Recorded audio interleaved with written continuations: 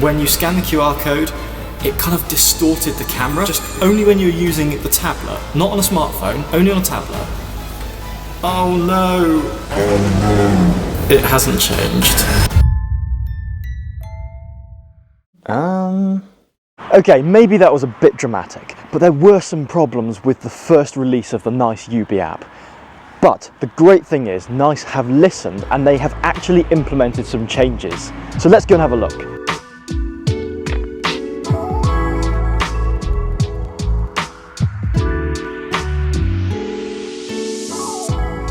Earlier this year, we reviewed the pre-release version of the new Yubii app on the Yubii Home. This got a lot of discussion and caught the attention of Nice. They made some changes, and now we've got our hands on the latest version, including the Yubii Home Pro, and we're going to see if it's any better.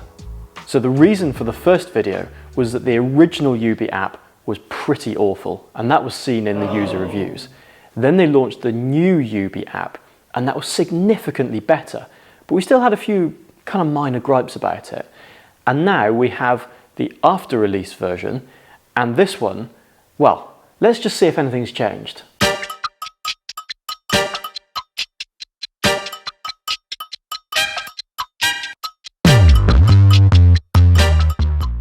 So, one of the things that we said about it was, on a tablet, when you open the app, it auto-rotates. And it also does what the old Yubii app does on a tablet, and it turns it sideways.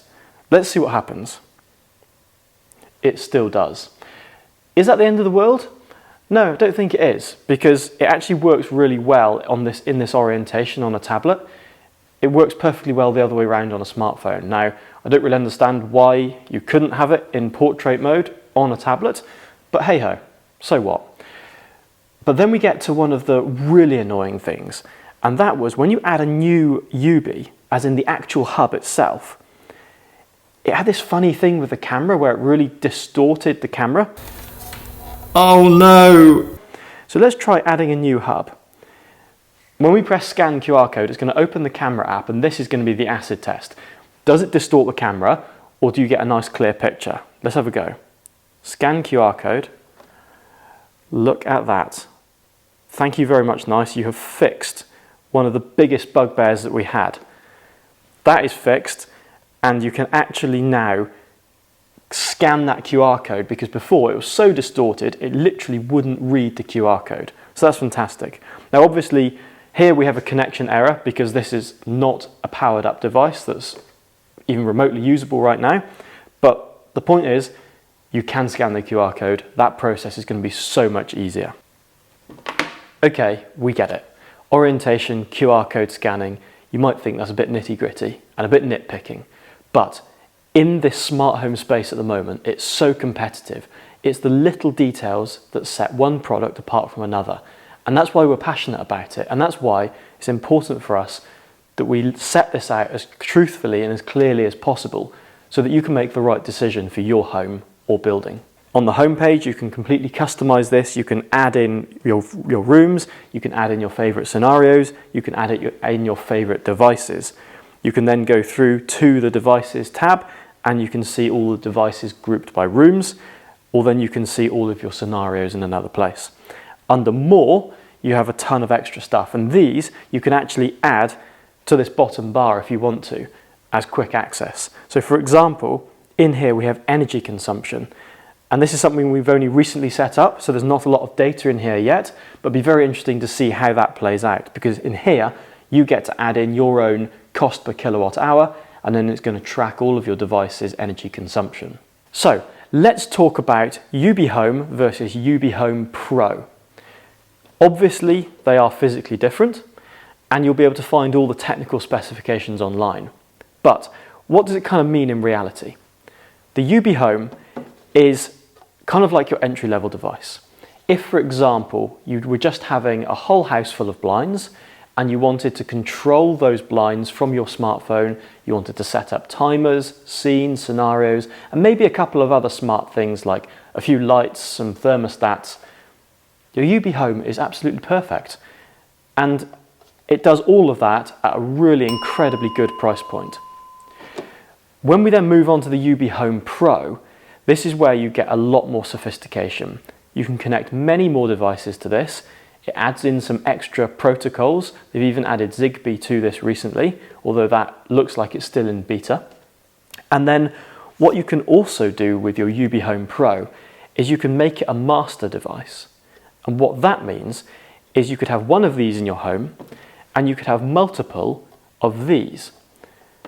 These then become slave devices to your master, and that increases your network coverage. So let's say your house or your business premises or your office space is too big for one of these on their own because it simply isn't going to send the signal far enough from one end to the other. You could have multiple of these and you could get all of your devices around your whole building connected. Treat them like Wi-Fi access points, dotted around your building at strategic locations, all accessible through one app through your master device. Now that's pretty cool.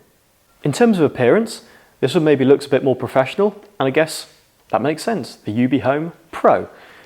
This is, I guess, justifiably bigger when you look at the specification. It has an upgraded processor, upgraded storage, upgraded RAM over this. So yeah, I guess the bigger footprint makes sense. This also has an Ethernet port and a USB port on it. So you can actually hardwire this into your network if you wish to do so, whereas the Yubii Home is Wi-Fi only, and the only port it has on it is power. Now you can get a splitter and you can connect this via a cable to your network, but like I say, it involves having a splitter in there. This one, power and data are separate ports, making it very simple. However, in terms of price, the Yubii Home Pro is about 3 times the price of the Yubii Home. So you're going to have to weigh up whether the extra functionality is important to you or not. Because if you're just having blinds around your home and maybe no other smart devices, I would suggest that the Yubii Home is perfect. If you're adding in many other different types of devices, you'll definitely want to look at the Yubii Home Pro. And of course, if you have a big property or big premises, you may well want to look at multiple of these to act like access points. One of the big things that we've noticed with Yubii is the sheer amount of devices that it can connect to or control or integrate with. To demonstrate the power of Yubii, we've come up with the ultimate meeting room. The devices we've put into this meeting room are just a fraction of the devices that you can connect and control from Yubii. We could have put CO2 detectors, leak detection sensors, thermostats, a ton of other things as well. In our meeting room, we've got a number of devices here. We have a big light over the table. We have 2 RGBW strip lights, we have spotlights, and then we have a number of switches. We also have a Curo lock, which has got the nice edge motor in that is talking directly to the Yubii. We've also integrated it with the Sonos player. So the Sonos amp is also being controlled by the Yubii. So the whole room has multiple devices that can all be brought together into scenes, which you can see here. They're called scenarios in Yubii, and you can create these scenarios using different devices, turning them on and off, changing the color of the RGBW strips, changing the track on the Sonos, and adjusting the volume. There's a ton of things you can do with this. One of the things we didn't say before was just how open Yubii is to controlling other devices. I mean, look, Sonos 40? Yeah, Somfy Sonos 40. The I/O one is here, but you can also do RTS. So yes, there's a ton of different devices, including TVs, music players, air conditioning units, and all other manner of smart devices. Yubii actually has an open API. So if you know what you're doing, you can write your own driver. You see, there's so many companies trying to keep everything in their own ecosystem. It's quite refreshing to find this and just the number of devices you can connect to this. And I guess that comes back to the fact that Nice bought Fabaro. And of course, Fabaro weren't tied to any blinds manufacturer or music player manufacturer or TV manufacturer. They just wanted to control your whole house. And that's exactly what Yubii does. So let's summarize. 2 annoying things about Yubii. Number 1, the lights on the front of the Yubii are so dim and so small. We have ours turned up to very bright. And honestly, you can hardly tell they're on. And when you look at them from a different angle, they kind of change color. So for troubleshooting, you don't really know if it's yellow or green. So that could do with improving. One of the other things I just don't understand is, why is it called a Yubii Home Pro? Because the nature of this device and the fact it can be used as a master and slave configuration means it lends itself to large properties and obviously commercial. But nobody wants a home device in their commercial building. It psychologically just doesn't fit right. Just call it a Yubii Pro. See? Better.